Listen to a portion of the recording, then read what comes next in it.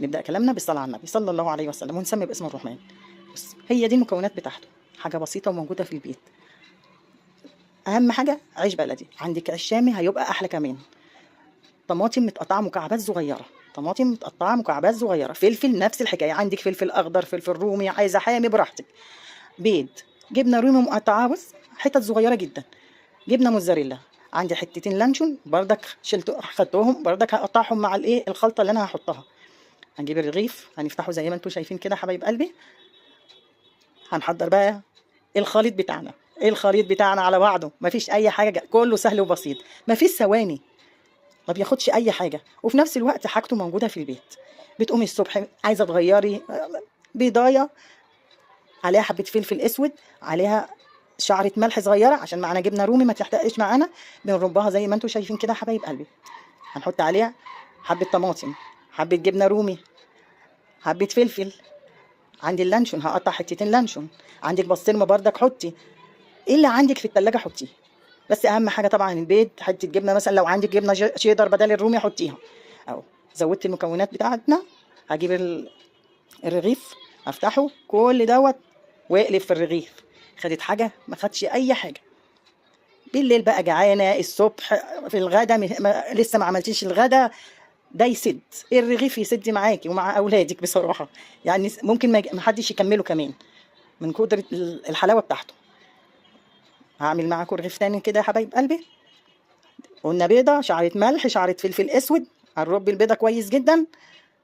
هنحط كل الحاجات دي، طماطم، جبنه رومي، فلفل. قلنا ايه؟ فلفل رومي، فلفل اللي عندك حطيه، احمر اخضر براحتك.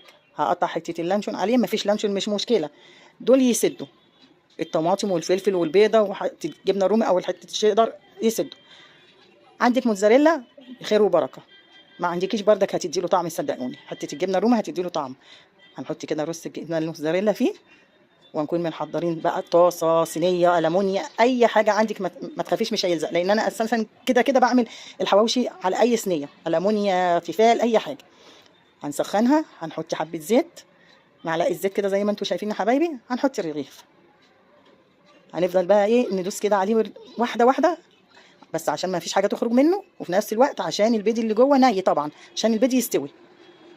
واحده واحده كده تدوسي عليه عشان تتاكدي ان البيض اللي جوه استوى. هنحاول ايه نشوف كده اهوت، هنلاقي الجبنه طبعا سايحه لسه ما استواش. هندوس عليه شويه، هناخد بعدين وهنقلب. اتعمل من تحت نفس الايه، نفس الطبطبه اللي على الرغيف بنعملها. لو لقينا الزيت شرب معانا هنحط نقطه زيت عليه من الجنب كده، ننزل ايه نقطه زيت بسيطه. ندوس عليه كده قلنا وبنأكد عشان البيض اللي جوه يستوي معانا. هنقلبه كده هنلاقيه خلاص استوى زي العيش الحواوشي بالظبط. بص شكله والله طعمه حلو جدا. هنعمل مع بعض رغيف تاني يا حبايبي. بص منظره من جوه، مش قادره اقول لكم طعمه ايه. جربوا واعرفوا انتوا حبايب قلبي. انا ما بقولش على حاجه حلوه وتكون مش حلوه، احنا ايه انا معاهده نفسي على كده. حطيت رغيف تاني اعمله معاكم.